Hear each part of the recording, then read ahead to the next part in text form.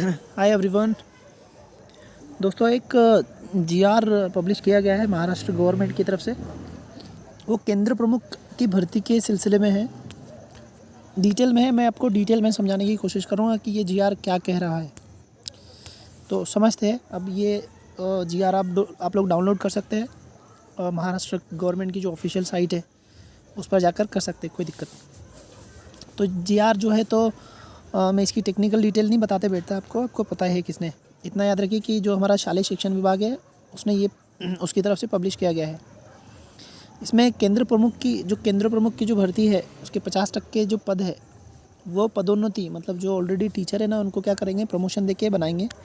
और 50% जो वैकेंसीज़ है वो क्या करेंगे, एक डिपार्टमेंटल एग्ज़ाम बोलते हैं उसको। मतलब टीचर है ना, उनका डिपार्टमेंट है, तो डिपार्टमेंट के अंदर ही एग्ज़ाम लेके वो रिक्रूट करेंगे। मतलब बाहर के लोगों के लिए एलिजिबल नहीं है। मतलब जो ऑलरेडी टीचर है उनका डिपार्टमेंट है, मतलब एजुकेशनल डिपार्टमेंट है अपना, उसमें जो ऑलरेडी टीचर है तो वो डिपार्टमेंटल एग्ज़ाम बोलते हैं उसको, या फिर इसको मराठी में विभागीय, मर्यादित विभागीय। अब ये विभाग आप इससे कन्फ्यूज़ मत करना कि एक मराठवाड़ा है, पश्चिम महाराष्ट्र है ना, पुणे है, औरंगाबाद है, अमरावती, नागपुर, ये विभाग की बात नहीं हो रही। ये विभाग मतलब जो शालेय शिक्षण विभाग है उसकी बात हो रही है।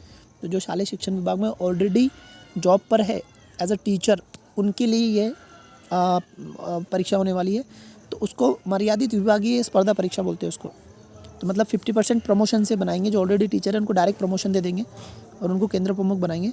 और 50% क्या करेंगे, एग्ज़ाम लेंगे, डिपार्टमेंट के अंदर एग्ज़ाम लेंगे और उससे वो केंद्र प्रमुख बनाएंगे। ठीक है, तो क्या है डिटेल समझते हैं।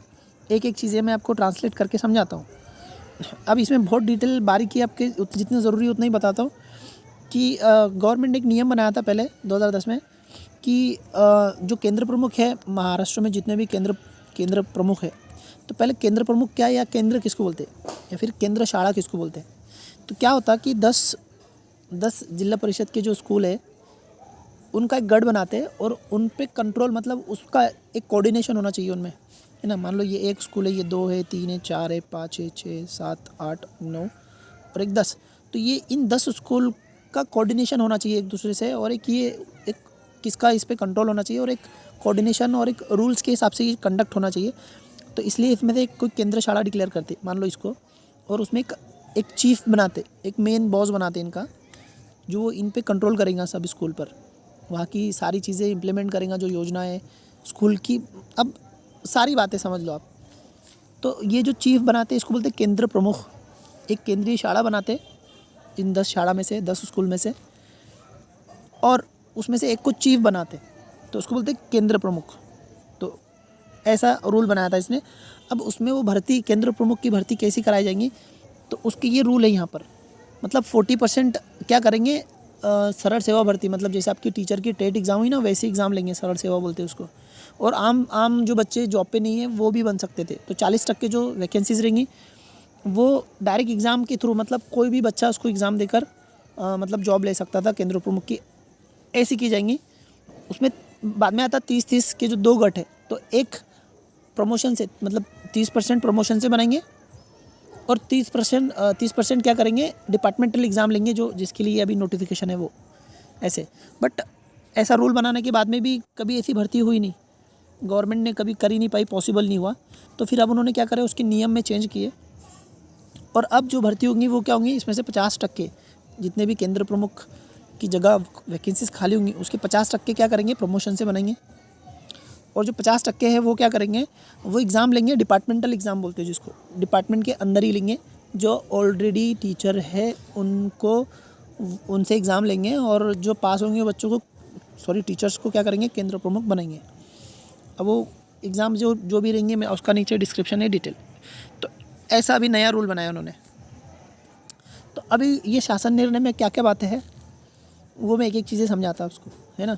तो यहाँ पर एक एक पढ़ रहा भी हूँ मराठी में और समझाता भी आपको, है ना। केंद्र प्रमुख पद भरती संदर्भात यापूर्वी पारित करण्यात आलेले शासन निर्णय दिनांक अधिक्रमित करण्यात येत आहे, याबाबतील तशांक शासन निर्णय शासन शुद्धीपत्रक अधिक्रमण करण्यात येत आहे।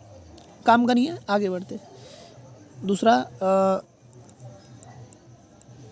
ओके, ये मैं पढ़ा हूँ तो मैं आपको डायरेक्ट बताता हूँ। इसमें क्या बोल रहा हूँ कि जो सेवानिवृत्त हो गए, जो केंद्र प्रमुख पहले थे, अब उनकी रिटायरमेंट होगी, किसने रेजिग्नेशन दिया, किसकी और कई कुछ अगले कुछ बरतरफ की मतलब प्रमोशन हो गए होंगे, कई और चले गए होंगे। तो ऐसी ऐसी अलग अलग कारण से ऐसी वजहों से क्या होगा, बहुत सारे पदे खाली होंगे, है ना। तो ये जो पदे खाली हो होंगे केंद्र प्रमुख के, तो वो 50% कैसे प्रमोशन से और 50% ये डिपार्टमेंटल एग्ज़ाम, जिसको मर्यादित विभागीय स्पर्धा परीक्षा बोलते हैं, उससे भरे जाएंगे, ऐसा ये पॉइंट बोल रहा है। 3 नंबर का पॉइंट क्या बोलता है कि जो मुख्य कार्यकारी अधिकारी है जिला परिषद के, जिसको CEO बोलते हैं हम लोग, वो क्या करेंगे, वो ध्यान देंगे उर्दू स्कूल के साथ, ऐसा ध्यान देंगे उर्दू स्कूल को भी मिलाएंगे उसमें, और कितने अपने डिस्ट्रिक्ट में कितने केंद्र प्रमुख की जगह खाली वो निकालेंगे। मतलब इनका काम है कि कितने खाली वो रिपोर्ट देना गवर्नमेंट को। तो वो देखेंगे कि अपने डिस्ट्रिक्ट पे उर्दू स्कूल को मिलाकर कितने केंद्र प्रमुख की जगह खाली है। उसके बाद में ये जो खाली करने के बाद में क्या होगा, इसकी एक डिपार्टमेंटल एग्ज़ाम होंगे और पदोन्नति से मतलब प्रमोशन से वो भरे जाएंगे, उसकी कार्रवाई की जाएंगी। अब विभागीय मर्यादित स्पर्धा परीक्षा जो रहेंगी वो कौन लेगा, वो परीक्षा परिषद अपनी फेवरेट। तो परीक्षा परिषद कंडक्ट करेंगी, ऑनलाइन भी करेंगी या ऑफलाइन करेंगी, वो खुद तय करेंगे कैसा करना है। तो ठीक है, परीक्षेचे आयोजन व स्वरूप, तो कैसा उसका आयोजन करेंगे और उसका स्वरूप क्या रहेगा। तो ये जो रहेंगे ना, आपने जो इसके परीक्षा का आयोजन को कैसा करेंगे, परीक्षा परिषद तय करेंगे, ऑफलाइन या ऑनलाइन दोनों में से कुछ भी कर सकती हो। और उसका स्वरूप कैसा रहेगा, तो ये जो रहेगा ना, तो ये एक तरह की अभियोग्यता बुद्धिमत्ता चाचनी के हिसाब से रहेंगे। मतलब वो जैसे हमारी टेट हुई वैसी रहेंगी, अलबत्त थोड़ा सिलेबस में फ़रक है। अशा परीक्षा यंत्रणामार्फत आयोजित करण्यात येईल। सदर परीक्षा यंत्रणेकडून राज्यातील सर्व जिल्ह्यांमधील परीक्षा केंद्र निश्चित करण्यात येईल। या चाचणी परीक्षा आयोजन स्वरूप खालीलप्रमाणे। तो ये हर डिस्ट्रिक्ट में मतलब सेंटर रहेंगे इसके एग्ज़ाम के, जैसे होते हैं वैसे ही है। अब उसका और स्वरूप आगे बता रहा हूँ कैसा रहेगा, तो देखते। पहले अभियोग्यता बुद्धिमत्ता चाचणी परीक्षा घेण्यात येईल। 1 मिनट छूट गया, उसको नीचे लाते। तो अभियोग्यता व बुद्धिमत्ता चाचणी परीक्षा घेण्यात येईल, अर्थात विषयनिहाय चाचणी घेतली जाणार नाही। सदर परीक्षा आवश्यकतेनुसार ऑनलाईन ऑफलाईन पद्धतीने घेण्यात येईल। सदर परीक्षा वस्तुनिष्ठ बहुपर्यायी स्वरूपाची असेल। तो ये 1 नंबर का पॉइंट क्या बोल रहा है कि ये बुद्धिमत्ता जैसी टेट है वैसी होंगी, ठीक है। उसमें आपका विषय नॉलेज जैसा टेट है वैसी आपका नॉलेज ज़्यादा चेक नहीं किया जाएगा उसमें, मतलब आपको किसी पर्टिकुलर सब्जेक्ट में कितना नॉलेज है वो चेक नहीं किया जाएगा। ये जो है ना, तो ऑनलाइन ऑफलाइन भी रह सकती है, ये परीक्षा परिषद तय करेंगी ऑनलाइन है या ऑफलाइन है। और अगर कैसी भी लो तो क्या रहेंगे, मल्टीपल जो ऑप्शनल क्वेश्चन होते हैं ना वही रहेंगे इसमें। उसमें वो क्या करेंगे, अगर ऑनलाइन ही तो 10 क्वेश्चन पेपर काटेंगे, उनकी जो लेवल है एक जैसी रखने की कोशिश करेंगे, ऐसे ही बोल रहा है उसमें। अब वो कितने वैकेंसीज है जिला परिषद की जो CEO है वो बताएंगे और उसके हिसाब से वो भर्ती की जाएंगी, ऐसा ही पॉइंट कर रहा है। ओके, उसका टाइम टेबल जो है ना, तो परीक्षा परिषद क्या करेंगे, डिक्लेयर करेंगे अपनी ऑफिशियल साइट पे, ठीक है। अब और कुछ पॉइंट है इसमें, एग्ज़ाम कैसी होंगी, परीक्षा माध्यम अनुस्वरूप अभ्यासक्रम, PDF ज़्यादा ही नीचे आ रही। परीक्षेचे माध्यम व स्वरूप, माध्यम क्या रहेगा इसकी, ये टेट की तरह रहेंगी, मराठी और इंग्लिश में। नहीं, टेट की तरह नहीं रहेंगी, टेट उर्दू में भी थी, तो मराठी और इंग्लिश में होने वाली है। उर्दू में होने वाली है क्या, बिल्कुल नहीं, ठीक है। अब उसमें सिलेबस क्या रहेगा, उसका अभ्यासक्रम क्या रहेगा, तो ये आपके सामने मैं थोड़ा समझा देता आपको, है ना। तो ये जो बुद्धिमत्ता और अभियोग्यता मतलब आपकी टेट, जो टेट एग्ज़ाम हुई थी ना वही पूरा, उसमें ये वही पूरा सिलेबस है टेट में। अब ये पूरा मराठी में है, मैं इसको सोच रहा हूँ उर्दू में आपको बताऊँ या नहीं बताऊँ। अगर आप कमेंट करके बताना, उर्दू में अगर समझाना है तो मैं समझा दूँगा आपको, ठीक है। अभी मैं डिटेल में नहीं जाता, बस इतना याद रखो, टेट के एग्ज़ाम, ये टेट जो आपकी टेट हुई थी ना वही पूरा सिलेबस है इसमें, और कुछ बदलाव नहीं है उसमें, सारी वही है टेट वाली हरकतें। तो 100 मार्क्स के लिए क्या रहेगा, टेट रहेगा आपका, टेट 200 के लिए था, अब 100 के लिए रहेगा, ऐसा मान लो आप, ठीक है। फिर 100 मार्क्स में क्या रहेगा, तो 10 मार्क्स के लिए आपका ये, तो ये क्या है, मतलब शालेय शिक्षणातील नियम, मतलब आपका जो एजुकेशन है ना, शालेय शिक्षण है, स्कूलिंग है, उसमें जो रूल्स है ना, तो जो रूल नियम है वो, जो कानून बने हैं वो, और शैक्षिक नवविचार प्रवाह, मतलब शैक्षणिक नवविचार प्रवाह, मतलब जो अप्रोच, जो चीज़ें अभी चल रही है एजुकेशन के बारे में, तो उस पर जो थॉट है एजुकेशन को लेकर, जो थॉट है ना, उस पर पूछा जाएगा। अब क्या क्या उसमें अगर उसको डिटेल में देखिए तो इंडियन कॉन्स्टिट्यूशन के ऊपर जो एजुकेशन से रिलेटेड है वो चीज़ें पूछेंगे। बहुत कम चीज़ें हैं। आर्टिकल नंबर 21A है, आर्टिकल 13 है, सॉरी 29 है, 30 है। उसके बाद में 45 है, 45B भी है, और भी है छोटे छोटे, ज़्यादा नहीं है, 10 मिनट में पढ़ाई हो जाएंगी, इतना है। ठीक है, उससे रिलेटेड जो भी लॉ है जैसे RTE है, उसके बाद में और भी सेंट्रल गवर्नमेंट की कुछ अलग से लॉ होंगे, स्टेट गवर्नमेंट के कुछ है ना, बहुत सारे स्कीम्स है, उस पर सवाल पूछेंगे। और एजुकेशन फील्ड में जो काम करने वाले ऑर्गेनाइजेशन है जितने भी ना, संस्था संगठन, जितने संगठन है, जितने संस्था है, वो एक छोटी सी अपडेट बताता हूँ। अपनी जो क्लास का नाम है ना, असर इंस्टीट्यूट, असर, तो ये असर नाम मैंने एक NGO है जो प्राइमरी एजुकेशन के लिए काम करती, प्राइमरी एजुकेशन के लिए काम करती पूरे भारत में, उसका वो NGO का नाम है असर। तो जब प्राइमरी टीचर की बात हो रही है तो उसके हिसाब से मैंने वो असर क्लास को नाम दिया था। हम जब मैं UPSC के लिए पढ़ाई करता था ना, तो हम लोग असर की रिपोर्ट पढ़ते थे हर साल।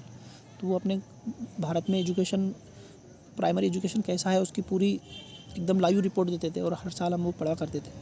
तो जब क्लास का नाम जब रखने के लिए सोच रहा था मैं, तब एजुकेशन, प्राइमरी एजुकेशन के लिए तो मेरे दिमाग में वही आया था, तो वो हमने रखे थे। तो ऐसी संगठनाएं के बारे में भी पूछेंगे। ठीक है, उसके बाद में नेक्स्ट क्या है, देखो यहाँ पर सिलेबस में क्या है, माहिती तंत्रज्ञान, मतलब आपका 15 मार्क्स के लिए क्या रहेगा, आपका IT रहेगा, कंप्यूटर बेस्ड नॉलेज रहेगा। उसके बाद में 15 मार्क्स के लिए आपका अभ्यासक्रम, मतलब आपका जो DED या BEd में जो आपने पढ़ेंगे वो चीज़ें है ना। अभ्यासक्रम मतलब आपका करिकुलम और इवैल्यूएशन, और जो पढ़ाने की जो पद्धति है, मतलब मेथड्स है, उस पर सवाल रहेंगे। माहिती विश्लेषण और मूल्यमापन, तो माहिती विश्लेषण मतलब इंफॉर्मेशन एनालिसिस, और उसका इवैल्यूएशन, ऐसा इसका मतलब है। विषयनीय आशय ज्ञान आणि सामान्य ज्ञान, विशेष करून इंग्रजी, तो थोड़ा सब्जेक्ट नॉलेज भी रहेगा इसमें। आपका आशय ज्ञान मतलब आपका साइंस हो गया, सोशल साइंस हो गया, है ना।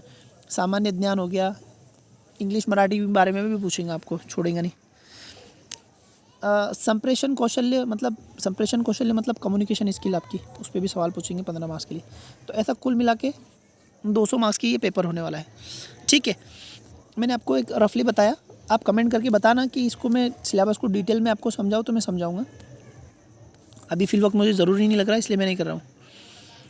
अब ये वही सिलेबस को डिटेल में बताया इन्होंने, ये पूरा आप पढ़ लेना आराम से। मैं उस पर स्पेशल वीडियो बनाऊँगा, अगर रिक्वायरमेंट रही, मतलब बच्चे रहे देखने वाले, तो बनाऊँगा। अभी मैं नहीं बना रहा हूँ, तो आप मुझे बाद में बता देना। तो हम लोग क्या करते हैं, सिलेबस को स्किप करते हैं और आगे बढ़ते हैं। ये आपके लिए इंपॉर्टेंट है, कौन एग्ज़ाम दे सकता, शैक्षणिक और व्यावसायिक अर्हता क्या है, मतलब इसका क्वालिफिकेशन क्या है। तो जो डिपार्टमेंटल एग्ज़ाम होंगे उसकी, यहाँ जो प्रमोशन करेंगे उसका नीचे दिया है, मैं बाद में समझाता आपको। तो जो एग्ज़ाम होंगे, डिपार्टमेंटल एग्ज़ाम होंगे, वो तो पहले तो जो एग्ज़ाम दे रहे हैं उन्होंने अपना ग्रेजुएशन कंप्लीट कर लेना चाहिए, चाहे वो BA हो, BCom हो या BSc हो, कोई भी उसका ग्रेजुएशन चाहिए अपने को। और उसमें ग्रेजुएशन में 50% से ज़्यादा मार्क्स होने चाहिए, 50% से कम रहेंगे तो आप एलिजिबल नहीं हैं। उसके बाद में आपने प्रशिक्षित पदवीधर शिक्षक, मतलब इसका क्या मतलब होता है कि आपने ग्रेजुएशन किया होगा और आप प्रशिक्षित पदवीधर शिक्षक, प्राथमिक मतलब आपने आप टीचर रहना चाहिए। अब इसका मतलब मुझे लगता प्रशिक्षित पदवीधर शिक्षक, मतलब पदवीधर शिक्षक में BEd वाले आते कि क्या, इसको मैं थोड़ा सा समझ नहीं पा रहा हूँ शायद पूरी तरह से, पर मैं जो समझ रहा हूँ वो बताता हूँ आपको। जो आप लोग अगर जिसको बेहतर तरीके से पता है तो कमेंट में बता देना, मैं खुद को सुधार लूँगा। प्रशिक्षित पदवीधर शिक्षक मतलब ट्रेन टीचर चाहिए उनको, ग्रेजुएट ट्रेन टीचर। तो उसमें DEd वाले आएंगे नहीं आएंगे वो देखना पड़ेगा, अभी ये मेरे को नहीं समझ में आ रहा। तो BEd वाले तो कंफर्म है, DEd वाले कंफर्म करना पड़ेगा। मतलब BEd वाले, जो DEd वाले बच्चे, डिप्लोमा वाले बच्चे, तो उन्होंने अपना DEd भी कर लिया होना चाहिए, उसके साथ ग्रेजुएशन भी होना चाहिए, तब वो क्या होंगे, पदवीधर प्रशिक्षित शिक्षक होंगे।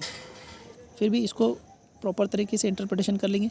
BEd वाले तो कंफर्म है, DEd वालों के बारे में कंफर्मेशन करना पड़ेगा, ये मेरे को थोड़ा सा, मैं इसको समझ नहीं पा रहा हूँ सही से। ठीक है, तो आप पहले से शिक्षक होना चाहिए और आप ट्रेन टीचर होना चाहिए, मतलब आपने BEd DEd हो जाना चाहिए।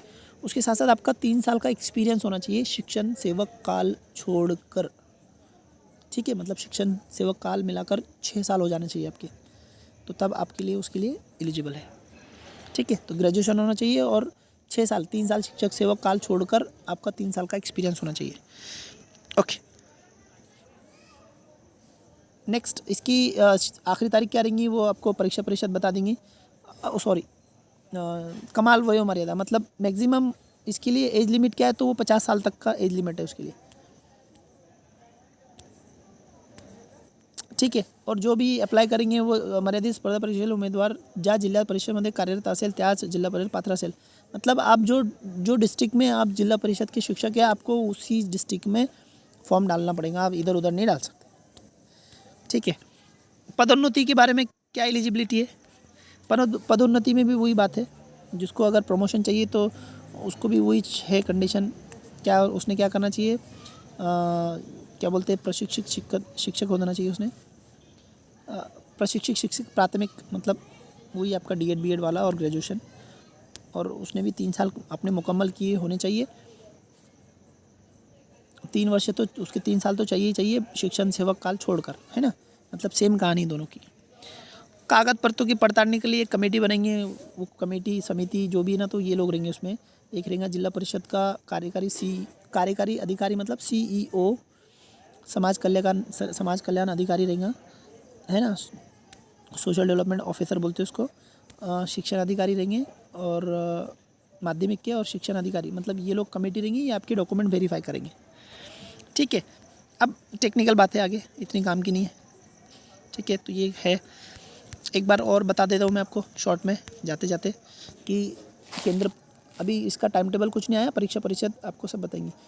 केंद्र प्रमुख की भर्ती होने वाली है, जितने सीट रहेंगे वो जिला परिषद के जो CEO है वो निकालेंगे, अपने इलाके से ढूंढ के निकालेंगे कि कितनी खाली है, और फिर वो गवर्नमेंट को देंगे, परीक्षा परिषद को देंगे। परीक्षा परिषद क्या करेंगी, जितनी जगह है उसमें से 50% जगह प्रमोशन से भरेंगी, और 50% जगह के लिए क्या करेंगे, एग्ज़ाम लेंगे, डिपार्टमेंटल एग्ज़ाम। क्या करेंगे, डिपार्टमेंटल एग्ज़ाम लेंगे। उसके लिए ये सब चीज़ें मैंने आपको सारी चीज़ें समझा दी। उम्मीद है आपको बहुत अच्छे से समझ में आया होगा। आपको कुछ भी डाउट है तो आप कमेंट करके बताइए, मैं वीडियो बनाऊंगा या फिर वहाँ कमेंट में आपको जवाब देने की कोशिश करूँगा।